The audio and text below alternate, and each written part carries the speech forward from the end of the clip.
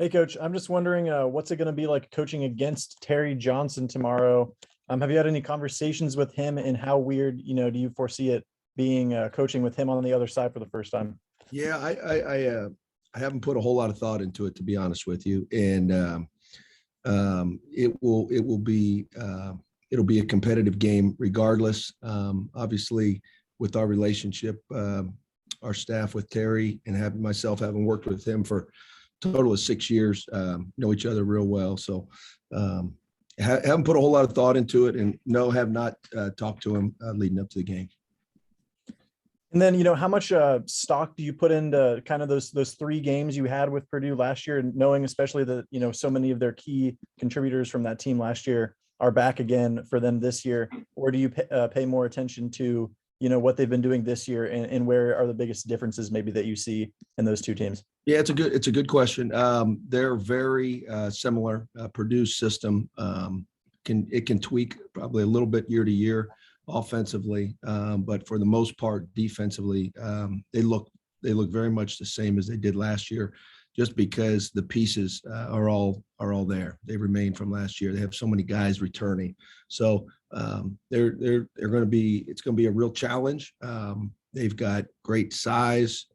They've got versatility. They're deep, and from an offensive standpoint, just attacking them.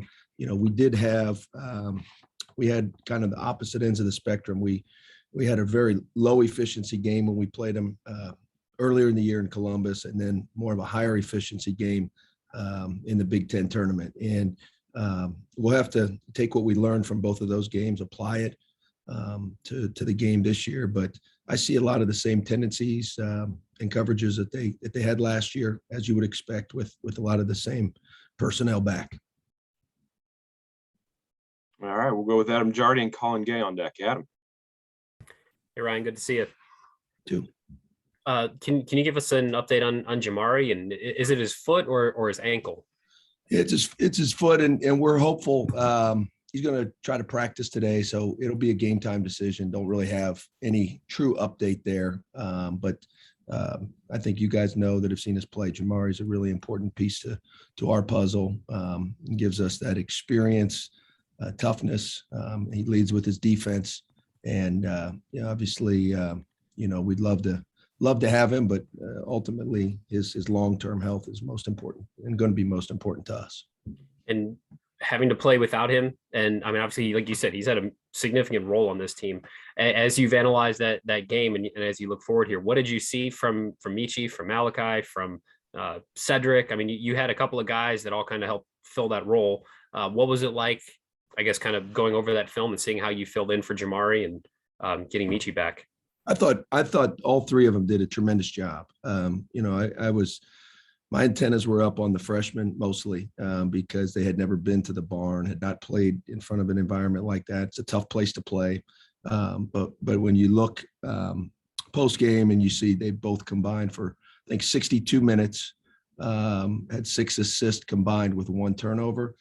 I thought they did a phenomenal job, and we got to hope to continue to build on that. Obviously, Purdue presents a totally different challenge schematically than Minnesota did, but I thought their response, I thought their poise, and the way that Michi sort of managed the game from a point guard standpoint and a lead guard standpoint was impressive to me.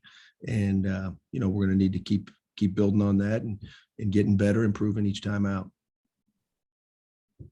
All right, we'll go with Colin Gay and Patrick Murphy on deck. Colin. Hey, Ryan. I'm just curious. I mean, a lot has been said about your guys' performance on the offensive glass against Minnesota, and I'm curious about how important is a performance like that, especially whether it's, on the offensive glass, heading into a game where that's going to become a lot tougher against Purdue. How important was it to kind of see a best case scenario there before you get into seeing the size that Purdue brings? Sure. And it's not just size. Purdue is so physical. They're very accountable on the glass. They're the top rebounding team in our conference. I know on the defensive side of the ball for sure. I think they're one of the top 2 or 3 offensively as well. But when you play Purdue, you better be prepared for battle and for war. And we out rebounded them in the game of the 3 that we played last year. We out rebounded them in one game, and that was the game we won. So I don't think there's,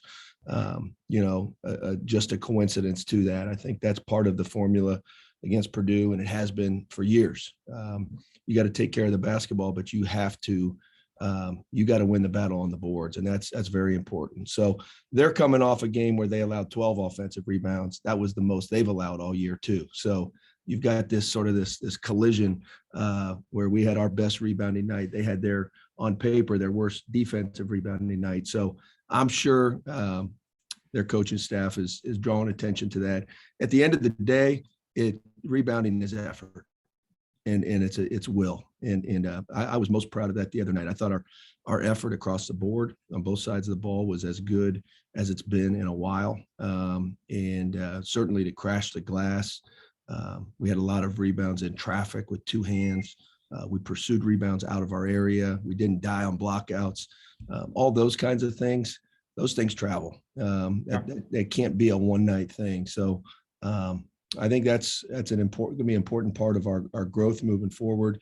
But at the end of the day, again, it comes back to effort. And when you give effort like that, great things will happen for you.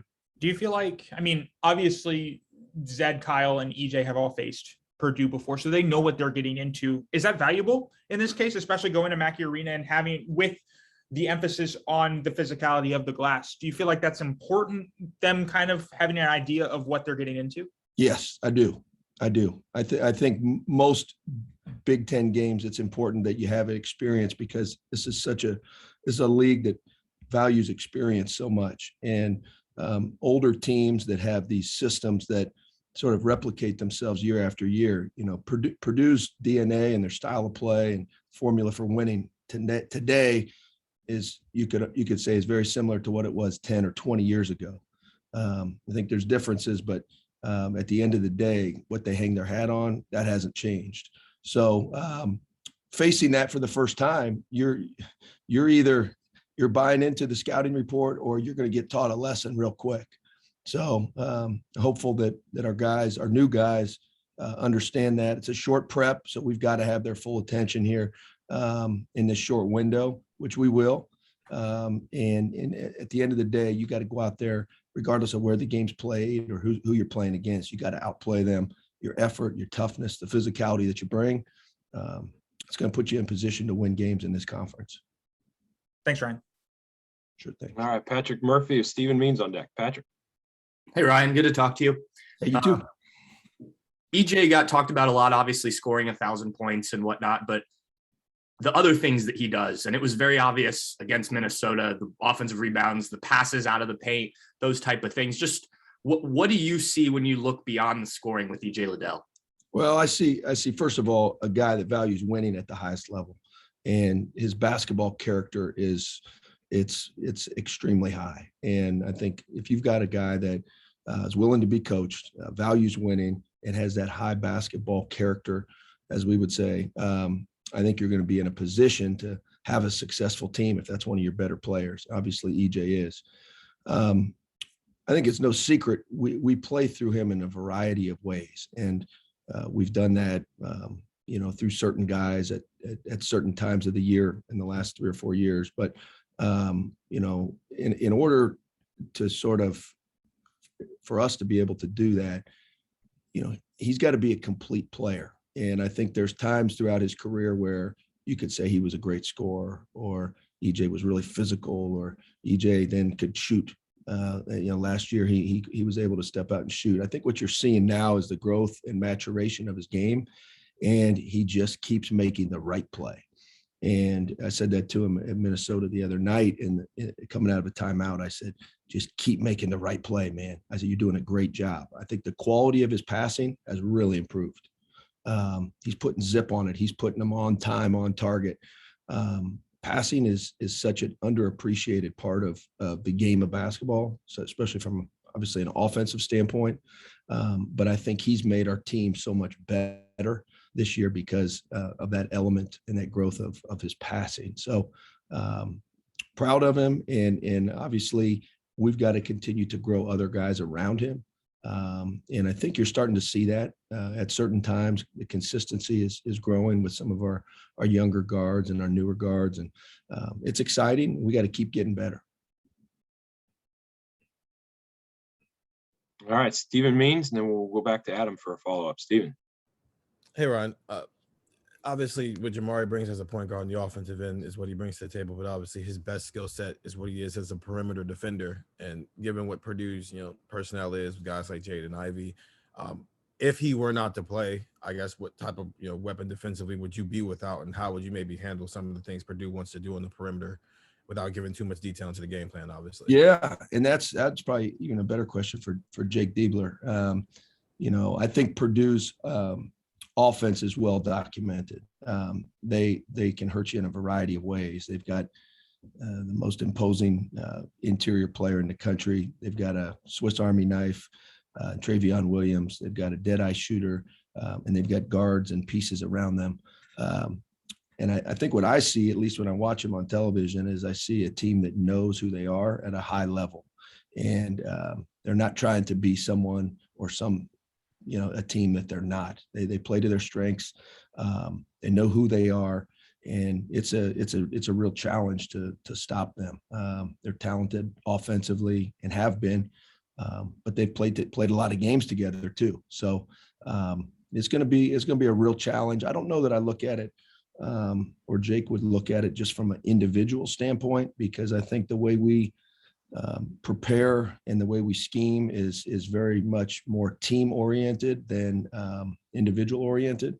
Obviously, there's going to have to be certain guys that take on challenges throughout the game and stepping up and guarding their personnel. But at the end of the day, we're trying to prevent their best players from doing what they like to do. And at the end of the day, that's a team effort, not just an individual effort. Thanks. All right, we'll pop back to Adam for a follow-up. Adam. Two, if you don't mind.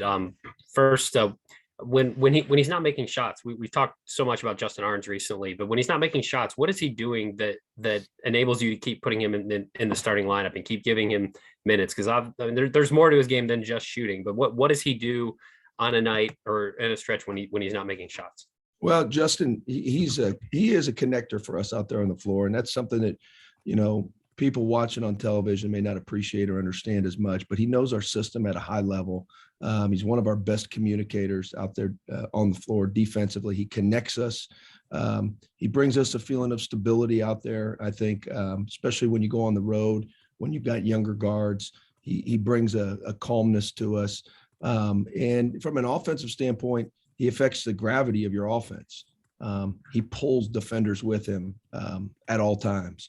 And that doesn't show up on the stat sheet, but I promise you, when you're talking about offensive spacing and thinking of ways that you can put your best players in spots to be successful, having a guy like Justin Arns, it does help your offense without even, him making shots. Just the threat of him out there can draw defenders with. And then And then in the preseason, I thought it was pretty consistent across the board.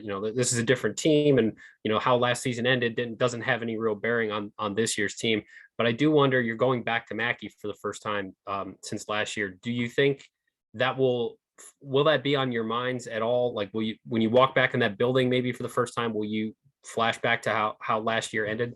I'm sure it's human nature. You walk through those doors, and the memories that you carry from last March 19th. I mean, I don't think those will ever leave us. But at the end of the day, this is a whole different chapter, a whole different year.